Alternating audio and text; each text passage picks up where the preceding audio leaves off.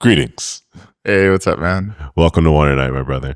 How you doing? My friends and listeners, it is an absolute honor and pleasure to have you meet one of my best friends. It's fun to have you here, and I'm excited to have them just get to know you a little bit. Rutherford Duperval.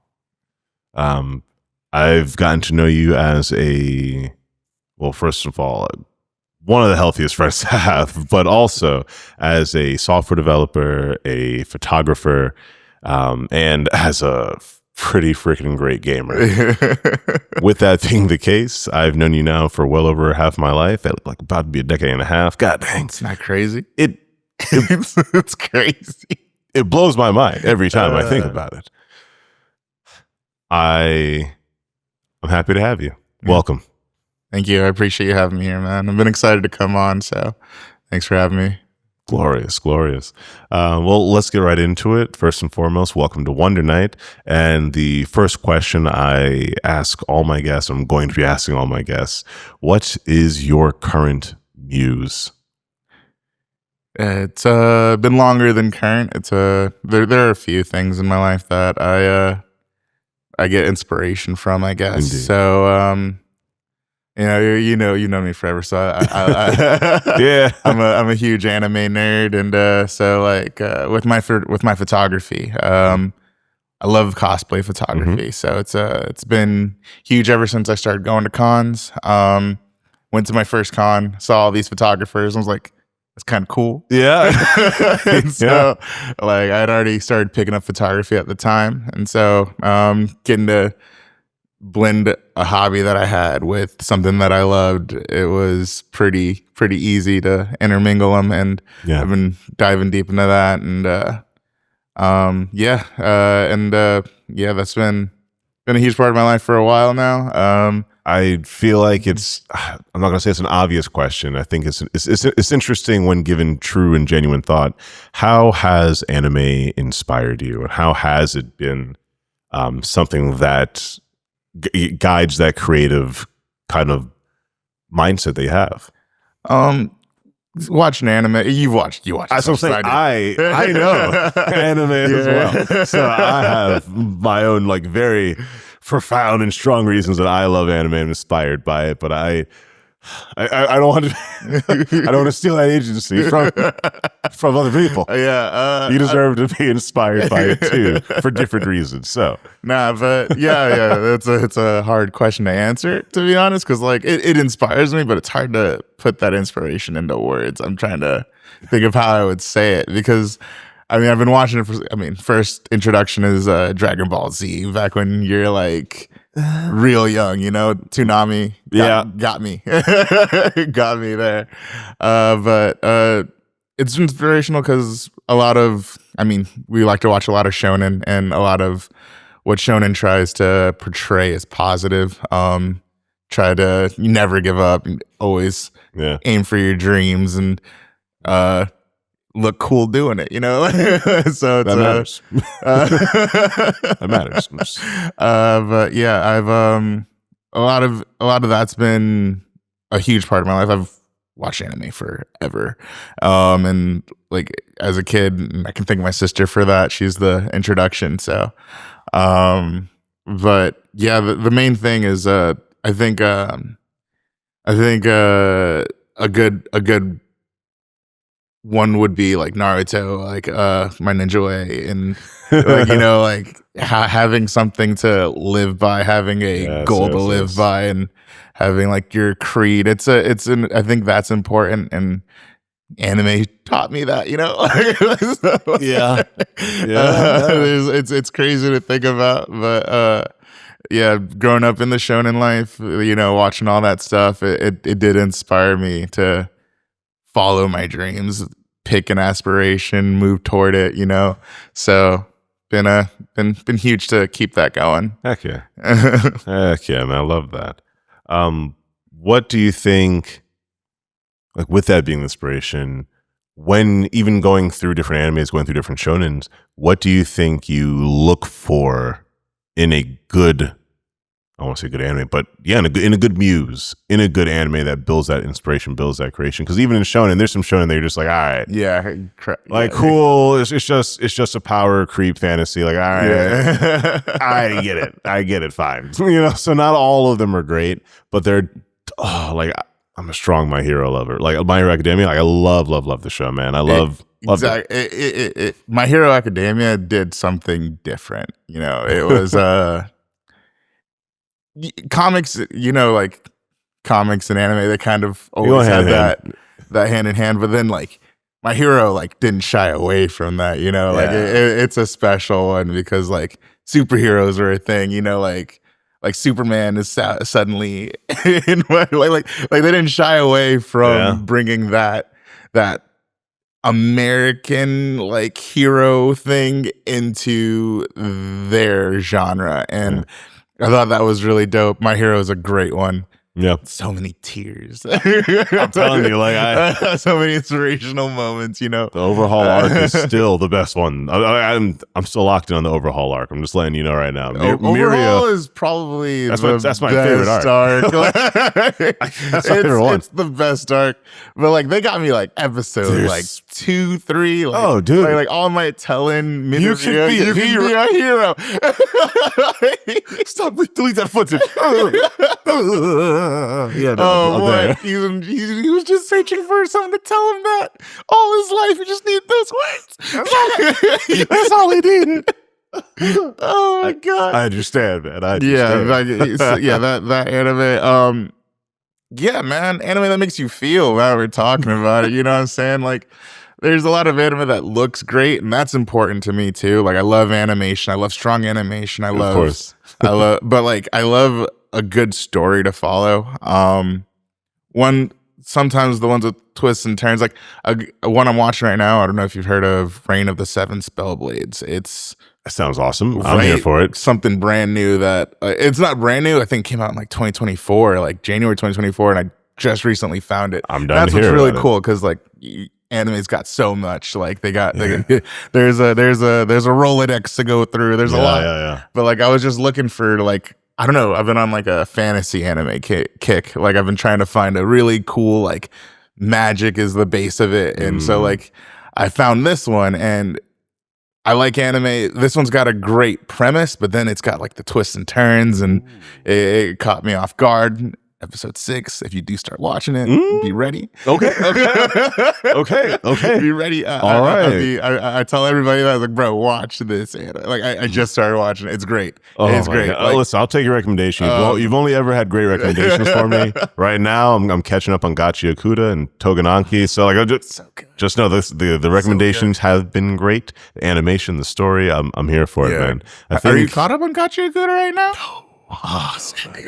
But I will say I think you're the one who you might have been the one who got me on Vagabond. It was either you or not me. Then it might have been Denton. I'll have to thank him for that later. Yeah. But he finally got me on Vagabond, and that is one that I also have to recommend for you. Okay, I'll check that. If you have not gotten into it, if you're into like truly great writing, some of the greatest art out there, that is another phenomenal manga. I don't think they have it as an anime though. It's a manga. We'll find out later. Don't worry. I mean, I read my manga. That's all. I'm well read. We're there. It's a man of culture. I understand. So, with the inspiration gained from anime, with the inspiration gained from these storytelling elements, I kind of want to know just a bit more about you and about what kind of drives that love of anime and of storytelling, of creation, that not only is just anime, it's not just anime. No. This, of course, is what has inspired your photography. It has inspired maybe potentially your desire to get into technology as well, a little bit, perchance. So I want to learn a bit about that too. What would you say your personal purpose is? What has really kind of driven you, and what kind of formed and shaped these aspects of who you are? I think a lot of what I've wanted to do was, like, as a kid, you see a lot of what your parents do for you, and like my parents have always been in my corner. They've been strict and loving at the same time, But my parents, my siblings, I've always wanted to like that was a big driving force of finding like a good job, I guess, like stuff like that, like was to help them. Like I've always said, like, man, I got to retire my parents. Like I want to make sure that they live comfortably. Yeah. Because they live the opposite of comfortably to get me to where I am right now. And so being able to help them the way I do, like today, has been a huge thing. Like, not the only reason I got into software development, because I love software, I love technology. But I always looked at that as a gateway to some good cash. You can look you hear it all the time. Find something that you love, so you never work a day in your life. Yeah. And I think I was able to do that because I don't feel like I'm working when I'm working. Like, nice. I love coding. Nice. I love that. It's a creative outlet in itself. Because I don't know, when I was a kid, loved puzzles. Love to solve them, figure them out. Yeah. And boy, do I solve puzzles today. You know what I mean? Like, yeah, software development. Like, it's some of the wildest puzzles. Yeah, right. Some of the wildest. They're just like, hey, we want this, and you got to create it from scratch. Good luck. I was like, okay, cool. You got it. Oh my god. Like, yeah. I love I love coding. Like I need to reiterate that over and over again, because I just love doing it, but like it gives me good money and helps me achieve that goal. Like, driving force was to get my parents that relaxation that they deserve. They need that. Funnily enough, like recently, like I got a new one. About Keon. Yeah. Keon. If you're all right talking a bit about Keon and this, how you got into your life, like if you're okay sharing. Yeah, I can't go into. I don't want to go too deep. But Keon's my cousin. He's 8 years old. Mm-hmm. And he lost his mom a few years ago. We ended up taking him in. It's probably like it was. It happened super quickly, but the decision was easy. You know what I mean? Like, he's 8-year-old kid. And you want to make sure that he's got some. That you'll be able to take care of him. Like in that situation. So I wanted to make sure that he was all right, and so taking him in was an abrupt decision, but it was a no-brainer. You know what I mean? So and right now we're about 3 years into this whole thing, and he's awesome. He's an awesome kid, man. Like, just seeing him grow up has been super cool. Like we got him when he was 5. He's 8 now. He's about to turn 9. Yeah. He's about to turn 9. He's having like full conversations. Oh, man, we're like asking, like, there's like questions, answers. Like, you could, oh my God. And he's starting to pick up our mannerisms. He's a little sarcastic. He's like, not like this. Not like this. Oh man. What was it? There was like one time we were talking about like stuff I was doing, and he's like, I'm like, yeah, I'm gonna do this. And then he comes up to me and he like puts his hand on my shoulder. 8-year-old kid. He's like, James, you're not gonna do it. Come on, like, come on, like accept it. It's okay. I was like, it's like, oh, why is that me? Why does he know? Why does he do this? Not the life lesson, the wisdom. James, listen, man. Like it's okay. It's okay. Like, I accept you. Nah, but I want to a lot. I guess I try to do a lot of what I do today now to show Keon there's a bunch of cool things that he can aspire for. I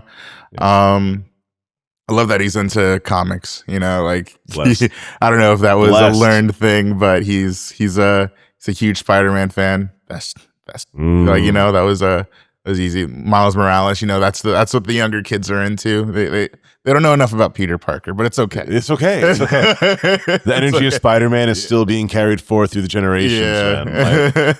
That's beautiful. It's okay. But yeah, I take him to as many conventions as I can. He's definitely an awesome addition to the family, and raising him with my siblings has been pretty cool. And I think doing that with him has been awesome, because we're all able to kind of give him discipline and kind of give him the love that we think he deserves, you know, because while he's like 8, he's definitely lived like a harder life than a lot of adults. Even like he's like losing a parent's rough, you know. So it's especially that age, like that's tough to wrap your head around, man. Exactly, and he still has difficulty with it, you know. Yeah, there's so many variables to try and understand at his age, and then there's so many that like he just won't understand for a long time, and that's heavy. I understand exactly, and he's still toughing it out though. Like he's a love that kid to death, man. Like when we first took him in, it was like, man, this is gonna be an undertaking. Now it's like, can't imagine my life without him, you know. Like, like he's a Duperval for sure. So he's amazing. But like driving force, he's become a huge part of it. Just want to keep inspiring him, you know, in different ways. Want to make sure he able to hit his goals, and so I work hard for him too. And I think that's what any parent should do. Work hard for their kids, you know, like give them the go. Because I had a good example. I saw my parents work hard for me, and so I have all these opportunities because of them. And so I want to make sure he's got all these opportunities because of me, and I want to make sure that he knows like he's got someone to depend on. Like there's all that, and that's important, you know. So that's yeah. I'm here with it, man. Yeah. That's awesome. I'm not gonna say I was with you like there when it happened. No, but like I've known you for the years that Keon has been in your life, and like I've freaking been at 4th of July, man. Like I've been at like I've seen him grow. I visited your house. He's hanging out. We're gaming together. He's getting so tall. It's blowing my mind. Blowing my mind. They grow so quick. They grow so fast. He's gonna be taller than me. That's what's wild. I could see it. He's gonna be taller than me. I could see it, man. It has been awesome seeing you grow and like see you, like you said, abruptly, but the right decision, become a parent for him, and the inspiration of that is profound, man. I am grateful for being in your presence while witnessing you go through that journey. That's awesome. Every time I get to see him be inspired by you is also a great thing. You know, something I loved in the field of education I got to dabble in and whatnot was seeing those eyes of realization in kids when something new is happening or something that's inspiring is happening. That is just one of the most wholesome feelings, and you see that a better future is actively happening for that kid. And I see that with you and your siblings all the time when he's hanging out with you guys. And it's important to, I'm not going to say treat them like an adult, but just treat them like a person. Like talk to them like a person. Talk to them. Not that they have to be sarcastic. But like, no, you're allowed. Like, be sarcastic sometimes. Teach them when like jokes can and can't happen. Show them like the etiquette of hanging out around each other, and then how that is different around certain people. And like, yeah, it's normal to have different etiquette around people. Show them those things, and that it humanizes them. It humanizes the experience of being here and being around people. I think that's so important for them, and I see the positive influence that you and your siblings have on him. In that same line of influence, separate from how that interaction is going with Keon or with the family, what type of influence do you think you, through your life, can or might have on society? Not that you need to change the world and immediately become, Pulitzer Prize winning photographer. Calm down. Not saying you have to do that. But what influence do you think you'd like to have on society?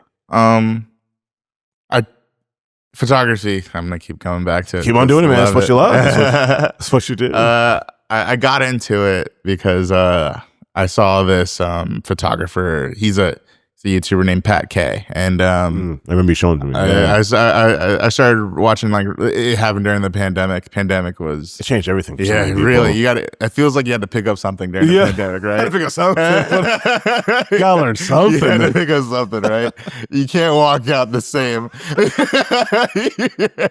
You gotta learn some new skill or something, some new knowledge, rabbit hole, something, man. And so, like, a lot of that was, there were no sports. You know, I love me my sports. Oh my God, dude! I remember you were hurting bad, man. Where is it? Like, there's no live sports. What do I do?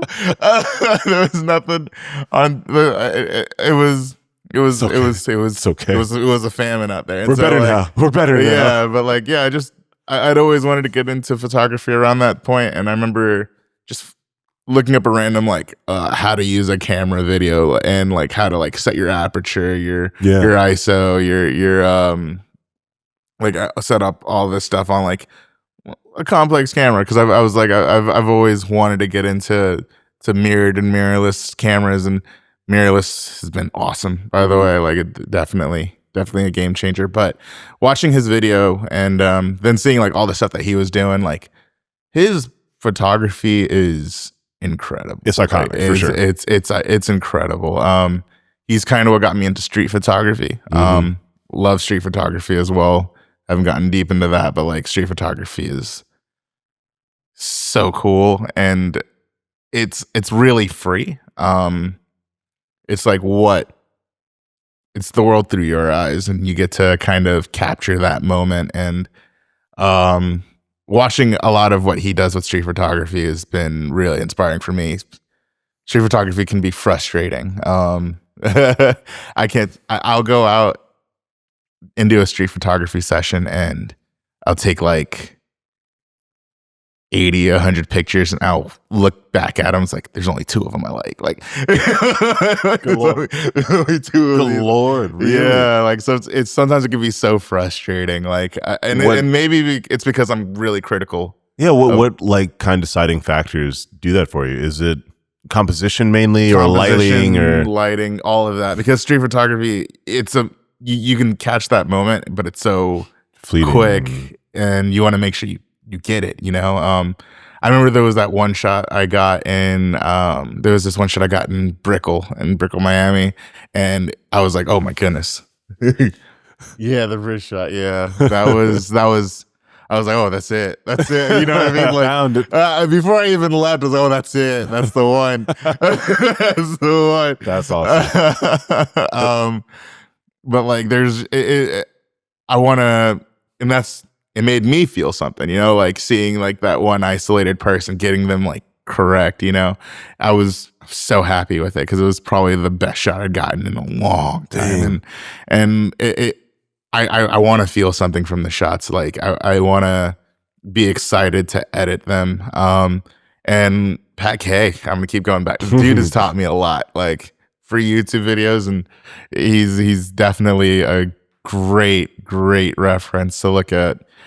He has this series of like, I forgot what they're called, but like, man, I can't remember what they're called, but, like, he teaches you, like, all these photography, like, compositional practice, like leading lines, reflections, lighting, symmetry, all this stuff, and he does it in such a digestible way. And I know I'm not as good as he is, you know, like, but, like, I was like, man, I want to make people feel in my images the way he made me feel when I looked at his images, you know, like, his images are just so well done and so well, like, edited. Like, editing is a whole journey in itself, you know?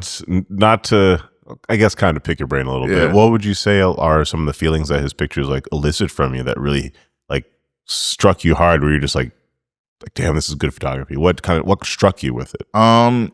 It's being able to get a feeling from the shot. Like, there's a bunch of shots that he did in Japan where he's got this, like, there's this one shot I can remember where he gets like a businessman like walking through the streets, and I could feel the urgency. I could feel the need to get to where he was going. And then like the shots that he would get of the reflection shots that he would get of like the castles in Japan, it was like, I feel calm, I feel at peace. And, you know, like the colors are just so well picked out. Like, I don't know, like, and it's like, man, how did he even see that? You know, how did this dude, like, how is you seeing that? You know, and I wanna be better at seeing things through my eyes and kind of portraying that for other people. And it's a really hard thing to do. Like it's so like street photography has definitely been a struggle, but like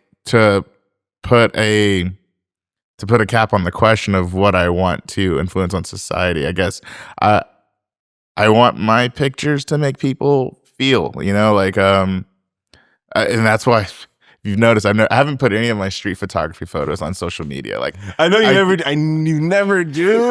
I'm so mad. It's so good. I want to see more. It's because I'm so critical. Like I want to. Eventually, I'm going to start putting them all out there, but like I'm so critical of my street photography. Not as like I love my cosplay photography as well, and I'm critical of that too. Super critical. Oh my goodness, am I critical? Because I'm just like, and sometimes I can be more critical on that because I'm capturing a person, and I'm just like, did I do them a service? You know, like did I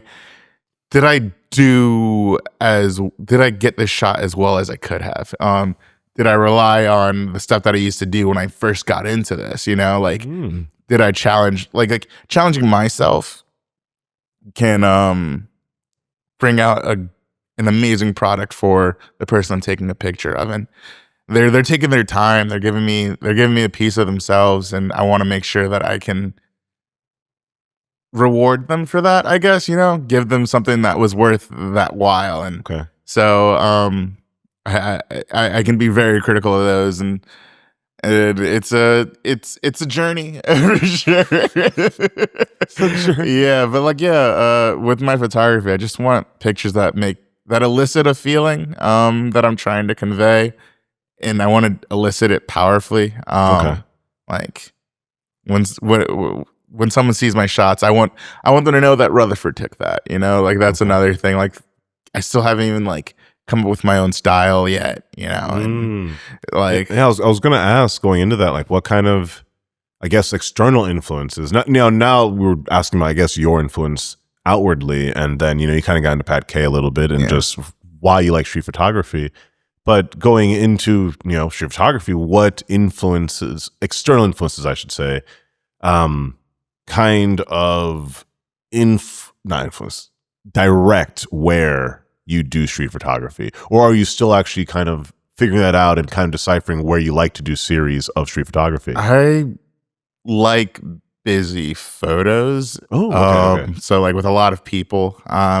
And so going out, I've been traveling to New York and Philadelphia a lot, you know. I was going to say, like, busier, denser urban environments or more like suburbs. Like, and that's why one of the big reasons I'm moving to Philadelphia is to really dive into the photography more. I want to leave my apartment, go downstairs, and you're be in the it element, already. You know what I mean? Yeah, exactly. I don't have to travel anywhere. Like right now, I travel to Miami. I travel to West Palm. You got to go. And so like, I want to be able to like walk downstairs, pick up the camera, and get going. You know, like just get moving. And then like I think being able to be in those big cities and still isolate as well. Like I do like the busier. I'm sorry. I do like the busier photos, like where there's a lot of people, but I also like to capture solitary moments as well. And capturing those solitary moments in a city has been really cool to like, because it's hard to find that. It's really, really hard to find that, especially something that like makes you feel. And then, I think cities are a huge thing for me when it comes to street photography. I love cityscapes. That's been a huge thing for me. Cityscapes have been really, really cool. Like just the man-made industrial feel is really dope. Do you like more like a Art Nouveau, Art Deco, or like a brutalism? What type of architecture, if you've had the chance to to find that out? Yeah, what type of architecture do Never- you kind of like to photograph more? Never really thought about that, to be honest. You know, Ooh, I could definitely start looking into that, but like that's not Ooh. something I've thought about Ooh. too much. And that shows that there's so much more to Yeah. like dive into, right? Like photography is That's awesome. so cool. There's just so many things that you can like pull into it. Have you? And yeah, I love the heck out of it. I'm interested to see how that progresses, especially as you do more and more urban environments, and as you kind of explore Philadelphia or explore New York more. You visit any of the big urban cities. Yeah. I am excited to see, as you make more and more series, which one you might tend to gravitate towards. If you Yeah. like the huge, giant skyscrapers with just infinite amount of windows, the very geometric, symmetrical patterns, or if you end up going for more organic architecture that you might find in the environment. Yeah, I honestly, you talking about that, like I remember the shot I got in Brooklyn, Yeah. on the Brooklyn Bridge. Like I love the tall buildings that you see from far away. Getting a full grasp of them. It's crazy what man can make, you know, like I'm out here looking at the Empire State Building, like in the clouds, you know, It's you know what I'm insane. saying? Like it's crazy to think about, like seeing like all that affect everything. It's wild to think about, you know, Mhm. like it's yeah, I really do. And it's hard for me to pick between the two, cosplay or street, but I just know those are where I'm gonna spend my time, because those are the ones that make me feel something. Yeah, naturally Yeah. progressing to the next question I have, what are some of your, I guess, what are some other big goals you might have? Or are there other, minor side quests you might be thinking? I know you're thinking about, you're not thinking you are going to be moving to Philly, and I know that's naturally progressing the photography you're going to be doing. Do you have any primary goals in photography or any other fields that you might be working on? More thinking about? photo shoots. Okay. That's one thing. Like more like I want to have more like one-on-one time with the subject, you know. Okay. Because that's photo shoots are really difficult. I learned that with the few that I've Repeatedly. done. Yeah, Repeatedly. with a bunch of doing those they're hard. But like I think they'll get easier with time, because like my man experience can come through when it comes to that, and I always want to shore that up. I mean, the ones that I did with Nicole, Mhm. what a great Dude, they're like- sick. They're freaking awesome. Like, no, 1,000%. yeah, man, doing that with Nicole was great. Like I might have to talk to her more, because she's been trying to do more and more cosplay, and like as you get into more cosplay, like keeping in contact with the people you've had the awesome shoots with, like that hypes them up for sure and makes them be like, damn, okay, hold on, let me okay, that if he's trying to do more, like what other outfits can I do, what other cosplays can I achieve? Dude, that absolutely keeping in contact with them and seeing how that builds up the subject you're going to be working with is going to be great for just future shows you're doing. Yeah, and I've yeah, that's one of the bigger things. Just getting more shoots in. I went to Dragon Con recently, And you and tell me about it. that was my first time doing cosplay photography in like a year. It was crazy to think about. Like I stopped I hadn't gone to a con in so long, and so like a lot of what I'd been doing was street photography, and it made me realize like I don't use backdrops enough, you know, like, and so like going to the con was cool, because I started incorporating what I'd learned in street photography to the cosplay. But it's really cool to have that all come together. And so like I think having more one-on-one time with a subject and doing those photo shoots is going to be really beneficial for me to kind of expand on my photography and keep moving forward with it, because I love it. It was a random find, and like I didn't realize how much I was gonna love it when I picked it up. Yeah, So yeah, it's been cool. In moving forward with that, and kind of going a bit back to being a gamer, being a software developer, being into the technology scene in general, especially with photography now as well. Are there any future plans you might have with software development, or any gaming tournaments or gaming events you might be, or even conventions that are gaming related, or software related? Yeah, I'm planning to travel a lot more, especially once I get settled in Philadelphia.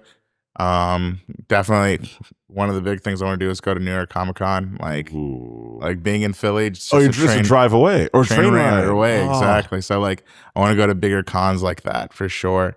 And then I'm actually planning to go to Frosty Faustings, which is a fighting game tournament in Illinois. I heard about that. I forgot about that. I'm excited about that, doing that. And we're actually getting ready to do CEO next year. You better be there. I know I have to be. I'm mad at the How many times have I invited you to CEO and then you're just like, man, I should have gone. I should have gone. Stop looking. Stop. Go, stop. Damn. Yeah, man. I'm planning to kind of just travel more.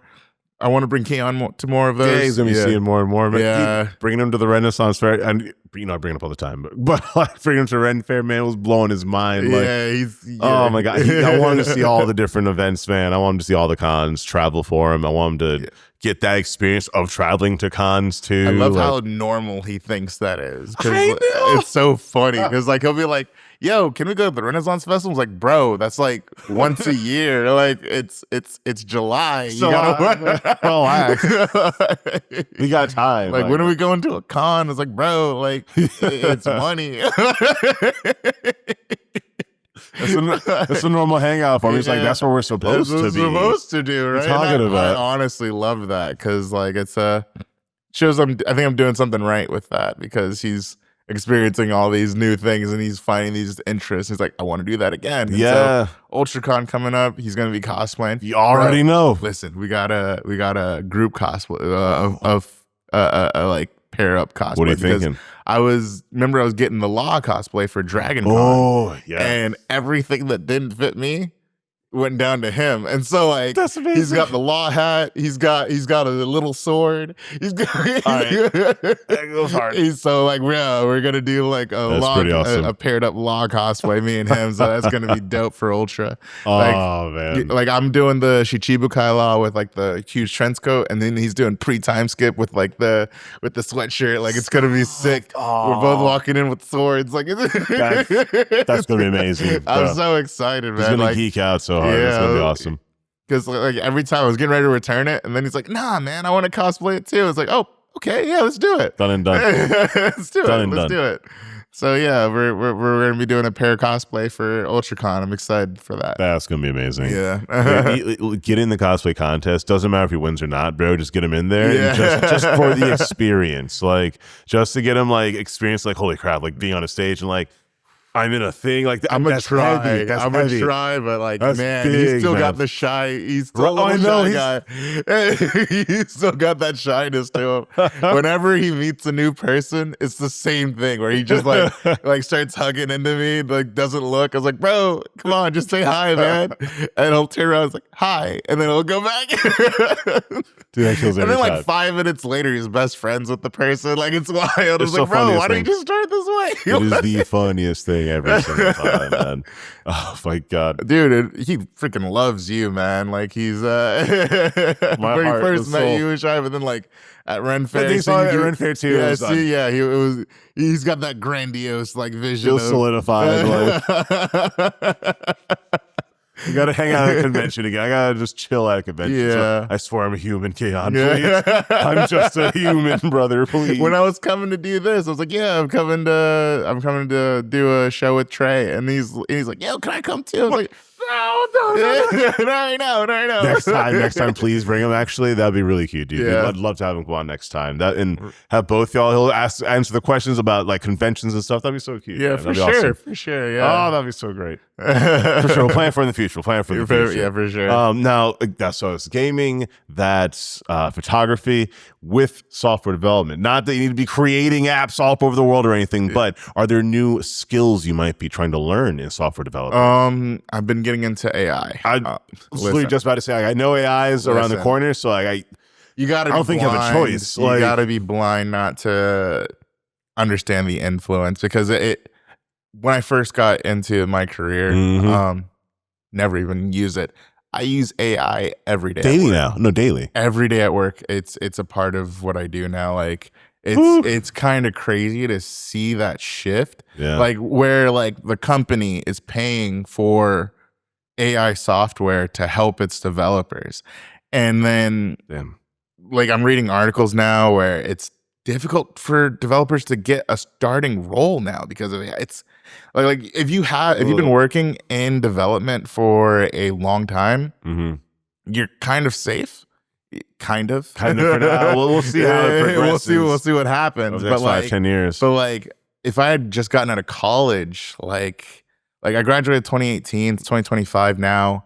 Things have changed so much in the 7 years. Yeah. Like, if I had graduated today, like, I don't know when or how I'd get a job. Like, I'd have to show them that I'm not a beginner. Like, I'd have to, like, that's the biggest thing. That's like, tough. It's really hard to get entry-level jobs in here. And so, like, writing on the wall, I'm just like, man, AI might come for me, you know what I'm saying? So I have to, what was it? I was like, I think I got to be the mechanic. Yeah. Like who's developing the AI? So I've been really diving into that a lot recently. Just learning as much as I can to really get into the nooks and crannies, and it's not something that you can pick up quick. It's gonna take time, and so the earlier the better you get into it. Do you? I don't know. I feel like you are significantly more knowledgeable on it than I am, so I'm going to ask: what are your concerns about AI? As plainly as I can state it, what are your concerns about AI? I think right now my biggest concern is job security. Because a lot of people have already been affected. I like being able to work is being taken away from people, you know, and that's kind of like, think about that. You go to school thinking like, I'm gonna get into this profession, and then you're replaced by whole 4 years in school. You're doing it. Finally, get out, and sorry, we can't take you because computers are doing it. Yeah, computers are doing it, and it's cheaper to do it with computers. Like, imagine paying a software developer entry-level software developer 60 to 80,000 a year. Rather than that, you just pay for an AI software subscription, and then just make your higher level developers work at a more efficient way. And so, like, it really is more efficient. I'm not even gonna lie to you. Like, it's kind of crazy. Like, I used to use this site called Stack Overflow. Every developer has heard of Stack Overflow. They use it for their getting through college, and they used it today. Like, it's a joke. Like it's a joke that we used to have, like, when we got into work. It's like, what people think I do, like having like 3 monitors, and then what I really do is like just Stack Overflow and like Google. So, fair. But like, I haven't been on Stack Overflow in like 6 months. Like, I don't need it anymore. AI has been helping me out. Wow, it's crazy. Okay. Like, I'm using GitHub Copilot right now, which is what GitHub Copilot, which is what my job is paid for. And so we have it integrated with Visual Studio. And so, like, as I'm coding, it's like suggesting code as I'm like typing it out, and it's wild. That's kind of awesome. Wild, like whole blocks of code. Sometimes it's like, oh, we saw you do something similar here. Is this what you're going for? It's wild to think about. That's and then like, mind-boggling. if I have like a fail happen, I just type in the GitHub Copilot, like, why did this fail? And there's like, here are the few reasons that we think it could be happening. Sometimes it's wrong. AI is not perfect. I think that's one thing people got to get out of their head. AI is not perfect right now. It is. It's still learning. It's actively. still in beta. Like, I think what's really funny. Well, it's not funny, but what's really interesting is what's happening to the writers in Hollywood and stuff like that. It's really scary what AI is doing to them. You know, like they're literally like not able. You gotta have unions. That's why you have them. You know, AI can knock out stories daily, dozens of stories daily. Easy. And as it gets better and better, it is going to become indistinguishable from it's average person writing a story. Like, think about cell phones. When cell phones first came out, could you even imagine?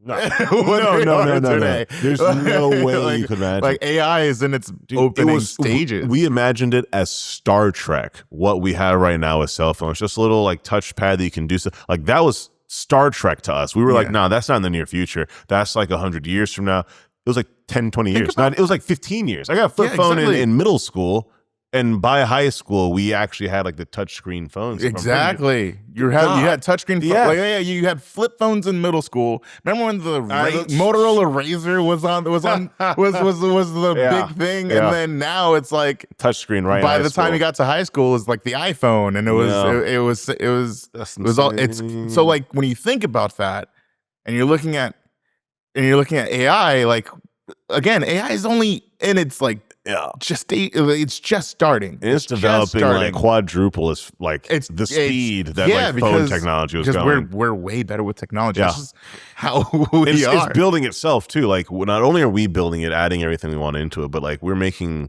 language learning models that are like it's building itself. And like now they're like we're finding AI models that like have self-preservation tendencies, and like when we're trying to turn them off, like they're like sending out emails to blackmail so that they don't get turned off. And like that was a wild article I saw. I'll share it to you afterwards. Like reading that. Literally, he's like, yes, and we've sent these out, and when we've checked all and researched all of the 5 top AI models, they're actually finding a self-preservation need. They're sending emails out to staff members to keep themselves alive, blackmailing them when they find out what they've seen and the people that they speak to. It's insane. And I was like, wow, shouldn't that be everywhere? It's actively Skynetting us right now. It's terminating right now. We have AI models working to because their job is to complete a task. Then we like give a new program that says you can't complete your task. And so it's like, wait, no, that's not right. I have to find out the logical way to not let that happen.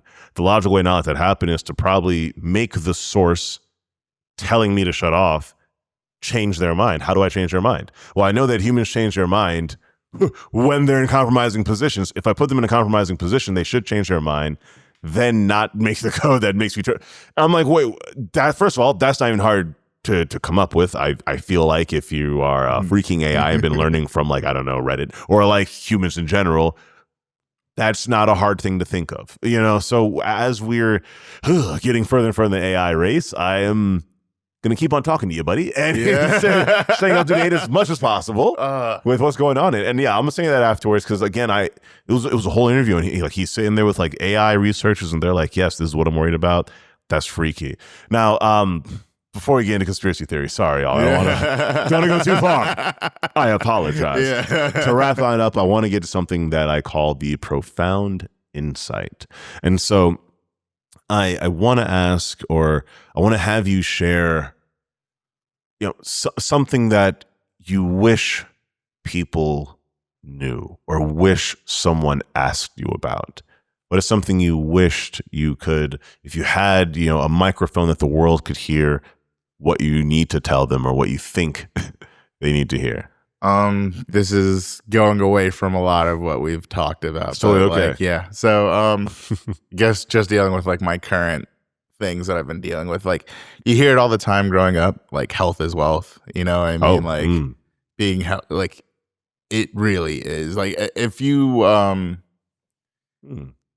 your mortality kind of hits you like a ton of bricks when you least expect it, right? And so like.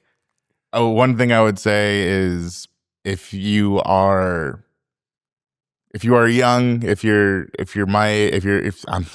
still young. I'm 31. We're good.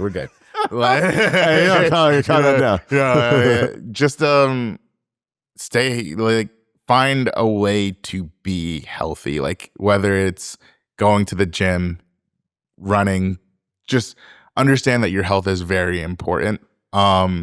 It's become a lot more important to me since Keon's become a part of my life. Like he lost someone, and I've had a lot of scares recently. Yeah, man. Where it's like he gets worried, like, oh man, I could lose you. You know what I mean? Yeah, man.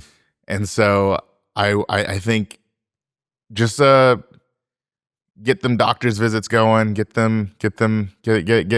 just really, really, really focus on staying healthy. And if you aren't healthy, getting healthy, find ways, whether that is physical, whether that is mental, whether like therapy is amazing. Highly recommend. Yeah, highly recommend therapy. Yeah. But like, yeah, just really don't take health for granted, because as soon as you lose it, it is really hard to get back. So, and I'm on that arc right now, because I was very healthy. I kind of like let life hit me with everything, and then as soon as I hit 30, it was like, what? What's going on? My fight, my. I feel you. But yeah, that's a big thing. I would just say, like, just don't take health for granted. Just find ways to keep it going. Like, you don't want to lose that. You know, there are people that want you around for a long time, and so just that would be my words of wisdom. Thank you for that. I second, I third, I fourth that, man. Keep your health up. There's too many poison, sicknesses, diseases. There's too many hazards out here fighting against you every single day, man. Work to keep that health up. You have to actively fight against it. Exactly. Because it's actively fighting against you, man. Rutherford, I'm immensely grateful for you joining me here. I'm immensely happy that I just got to talk to you and share a bit of why I know you're amazing with our listeners. And I look forward to having Keon on next time. Yeah, and for just sure. Hearing his experience after the con. I look forward to talking to y'all again, man. Yeah. My brother, my friend, thank you so much for coming onto the show, and thank you for coming to Wonder Night. Appreciate you. Thank you for having me, man. Of course.